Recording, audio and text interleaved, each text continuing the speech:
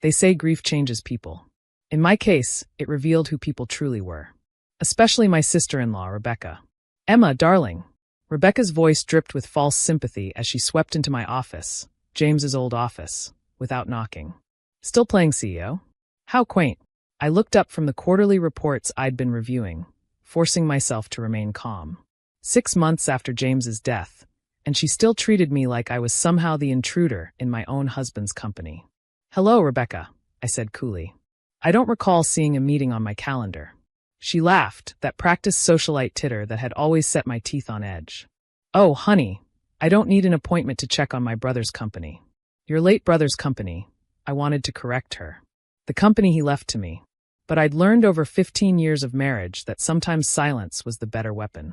Rebecca helped herself to one of the leather chairs facing my desk, crossing her legs in a way that showed off her Louboutin heels.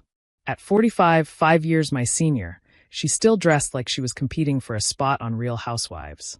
The board meeting is next week, she said, examining her manicure. I assume you'll be stepping down then? I set down my pen carefully. Excuse me. Well, darling, let's be realistic. She leaned forward, her expression a masterpiece of practiced concern. You've done admirably, keeping James's seat warm these past 6 months. But Sterling Technologies needs real leadership now. Someone who understands the business world. Someone like you? I kept my voice neutral, even as my hand instinctively went to the locket around my neck. The one containing the tiny USB drive that James had given me on our last anniversary. Naturally. She smiled, all perfect teeth and predatory intent. I am a Sterling, after all. The company has been in our family for 3 generations. And let's be honest, Emma. What do you know about running a tech company? You're a housewife who got lucky. Lucky. The word echoed in my head as I thought back to that first dinner, 15 years ago, when James had brought me home to meet his family. I'd been 25 then, fresh out of my MBA program, working as a junior analyst at a competing firm. Rebecca had taken one look at my off-the-rack dress and dismissed me as a gold digger. James always said you were smarter than people gave you credit for, I remarked, watching her preen at the compliment. He said you had a real nose for opportunity. James knew talent when he saw it, she agreed smugly. Which is why I'm sure he would want me to step in now. For the good of the company, of course. Of course. Because everything Rebecca did was for the good of the company. Like the time she'd tried to convince James to sell off our R&D division because it wasn't showing immediate profits. Or the time she'd pushed to outsource our entire manufacturing arm to save costs. James had seen through her schemes, but he'd played along, letting her think she was the clever one. It had been our private joke, watching Rebecca plot and scheme while we quietly built something she couldn't begin to understand. The board might need some convincing, I said thoughtfully. After all, James did leave controlling interest to me. Rebecca waved her hand dismissively. Temporary sentiment, darling. James was sick, not thinking clearly at the end. The board understands that. They know Sterling Technologies needs Sterling leadership. I opened my desk drawer, pulling out a thick folder, one of many I'd prepared for this moment. Speaking of leadership, I've been reviewing some of our older projects. The Singapore initiative, for instance. Do you remember that? Her smile flickered slightly. Singapore? That was ages ago. A failed expansion attempt. Failed. I opened the folder, pretending to consult the documents inside. That's interesting, because according to these records, someone authorized $2.5 million in consulting fees to a company called Apex Solutions? Ring any bells? The color drained from her perfectly bronzed face. Ancient history. The board approved all those expenditures. Did they? Because I can't seem to find any board minutes discussing Apex Solutions. I did, however, find incorporation papers showing that Apex Solutions was registered to one Rebecca Sterling. I looked up, meeting her eyes. Quite a coincidence. You've been digging through old records? Her voice rose sharply. Those files are confidential. I'm the CEO, I reminded her gently. Nothing in this company is confidential from me, including the offshore accounts where those consulting fees ended up. Rebecca stood up so quickly her chair scraped against the floor. You're making accusations you can't prove. Oh, I can prove everything. I patted the folder. This is just one file, Rebecca. One project. Would you like to discuss the others? The Chinese manufacturing deal? The Mexican distribution contract? The the mysterious consulting firms that always seemed to pop up whenever Sterling Technologies expanded internationally. "You bitch," she hissed, dropping all pretense of sisterly affection. "You've been planning this, haven't you? All these years, playing the devoted wife, the simple housewife." I touched my locket again, thinking of James's words when he'd given it to me. "Keep this safe, love. Everything you need is inside." 15 years, I said quietly. 15 years of watching you try to undermine your own brother. 15 years of documenting every scheme, every betrayal. Did you really think James didn't know? That we didn't see exactly who you were? James would never. James knew everything. I stood up, my height advantage forcing her to look up at me. "Why do you think he left me controlling interest? Why do you think he made sure I had access to every file, every record, every piece of evidence?" She took a step back, her designer heels wobbling slightly. "The board won't believe you. I'm a Sterling." "Yes, you are. And that's exactly why they'll believe me." I pressed a button on my desk phone. "Sarah, could you please come in?" My assistant entered immediately, carrying another folder. "The board meeting has been moved up to tomorrow morning, Mrs. Sterling. All members have confirmed their attendance." "Thank you, Sarah." I smiled at Rebecca's shocked expression. "Oh, did I forget to mention? We're having an emergency board meeting. Seems there are some serious concerns about historical financial irregularities that need to be addressed." "You can't do this," Rebecca whispered.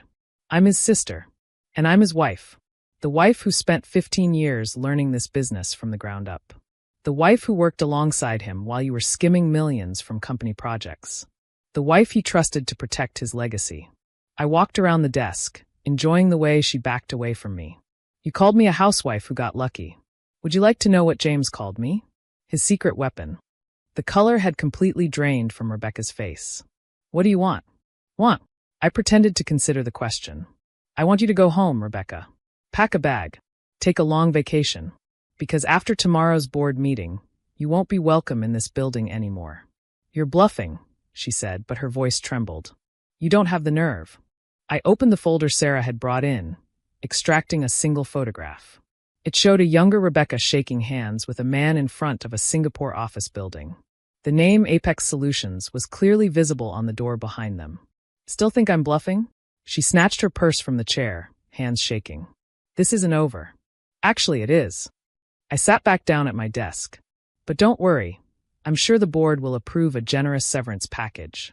After all, we wouldn't want to tarnish the Sterling name, would we?" As Rebecca stormed out, her Louboutins clicking furiously against the marble floor, I touched my locket one last time. Inside, the USB drive contained everything we'd gathered over 15 years.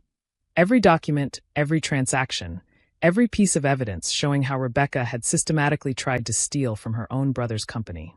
But that was just the beginning. Tomorrow, at the board meeting, I would reveal phase 2 of our plan. The real reason James had spent 15 years preparing me to take over Sterling Technologies. Rebecca thought she was dealing with a housewife who'd gotten lucky. She was about to learn just how wrong she was. The morning of the board meeting, I arrived early to find Rebecca already waiting in the conference room. She wasn't alone. "Mother?" I stopped in the doorway, surprised to see my mother-in-law, Eleanor Sterling, seated at the table. She hadn't set foot in the building since James's funeral. "Emma, dear." Eleanor's voice was as cool and precise as I remembered. "Rebecca tells me you're causing trouble." I smiled, thinking of the USB drive in my locket. "Actually, I'm fixing trouble. Old trouble. Don't be cryptic, dear. It's unbecoming." Eleanor gestured to the chair across from her. "Sit. Let's discuss this like family." Family. The word almost made me laugh. The Sterlings had never considered me family.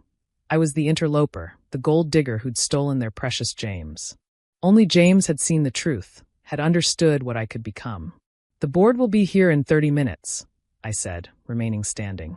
"Anything you have to say can be said in front of them." Rebecca smirked. "Mother is here as a majority shareholder. She can remove you as CEO with a single vote." Now I did laugh. "Is that what you told her?" "Oh, Rebecca, you really should have paid more attention to the shareholding structure after James died."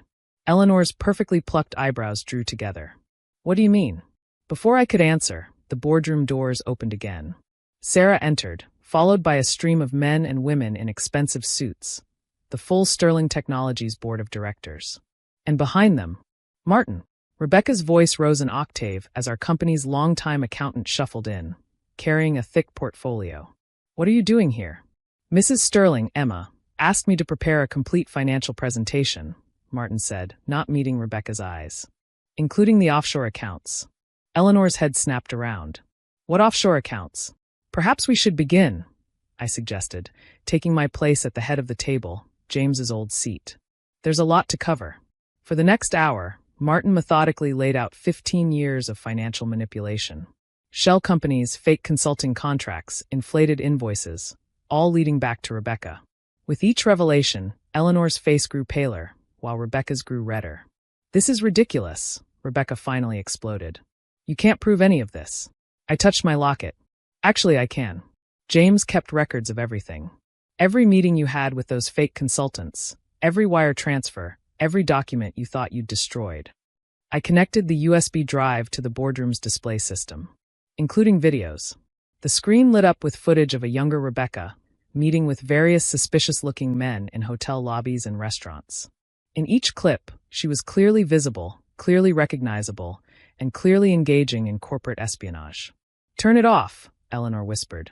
"Just turn it off." I did, but not before everyone in the room had seen enough. The board members were whispering among themselves, their expressions a mixture of shock and anger. "Why?" Eleanor asked, turning to her daughter. "We gave you everything. Position, power, money. Why steal from your own family?" "Because it wasn't enough," Rebecca shot back. "James got everything, the company, the trust fund, the legacy. I got to be the pretty daughter who married well and kept her mouth shut. Until now." She turned to me, eyes blazing. "But you made one mistake, little housewife. Mother still holds majority shares. One vote from her and you're out." I shook my head slowly. "That's your mistake, Rebecca. You never bothered to read James's final amendments to the company structure. Eleanor hasn't been majority shareholder for 5 years." "What?" both Sterling women said in unison. I nodded to Sarah, who distributed a new set of documents to the board. 5 years ago, James began restructuring the company's ownership. The majority shares were transferred to a blind trust. A trust that would only activate upon his death. Understanding began to dawn on Eleanor's face. "The cancer." He knew about the cancer back then. "Yes." I felt tears threatening but pushed them back. "He knew he was sick long before he told any of you. And he knew what would happen to the company if he didn't plan carefully." "The trust," Rebecca said slowly. "Who controls it?" I stood up, finally ready to reveal what James and I had spent 15 years preparing for. "The trust is controlled by a partnership. A partnership between Sterling Technologies and Thompson Innovations." The room erupted in chaos. Thompson Innovations was our biggest competitor, the company I'd worked for when I first met James. The company that had tried to buy Sterling Technologies multiple times over the years. "You sold us out?" Rebecca screamed. "To Thompson?" "No," I said calmly. "I am Thompson." The silence that followed was deafening. 15 years ago, I continued, my father sent me to analyze Sterling Technologies for a potential hostile takeover. That's when I met James. We fell in love, yes, but we also saw an opportunity. A way to merge 2 great companies without destroying either one. "Your father," Eleanor said faintly. "Michael Thompson is your father?" I nodded. James and I spent 15 years preparing for this moment. Learning each other's companies, aligning our technologies, waiting for the right time. He knew the cancer would take him, but he made sure everything was in place first. "The housewife," Rebecca whispered. "All this time we thought." "You thought what you wanted to think," I agreed. "You saw a young woman who'd caught your brother's eye, who played the devoted wife, who stayed in the background while you plotted and schemed. You never bothered to look deeper." I pressed another button, and the boardroom screen lit up again, this time with projections showing the potential growth from merging Sterling and Thompson Technologies. The board members leaned forward, their earlier shock turning to interest as they saw the numbers. "This merger will triple our market share overnight," I explained. "Our combined R&D departments are already years ahead of the competition. And yes, Rebecca, that includes all those projects you tried to shut down because they weren't showing immediate profits."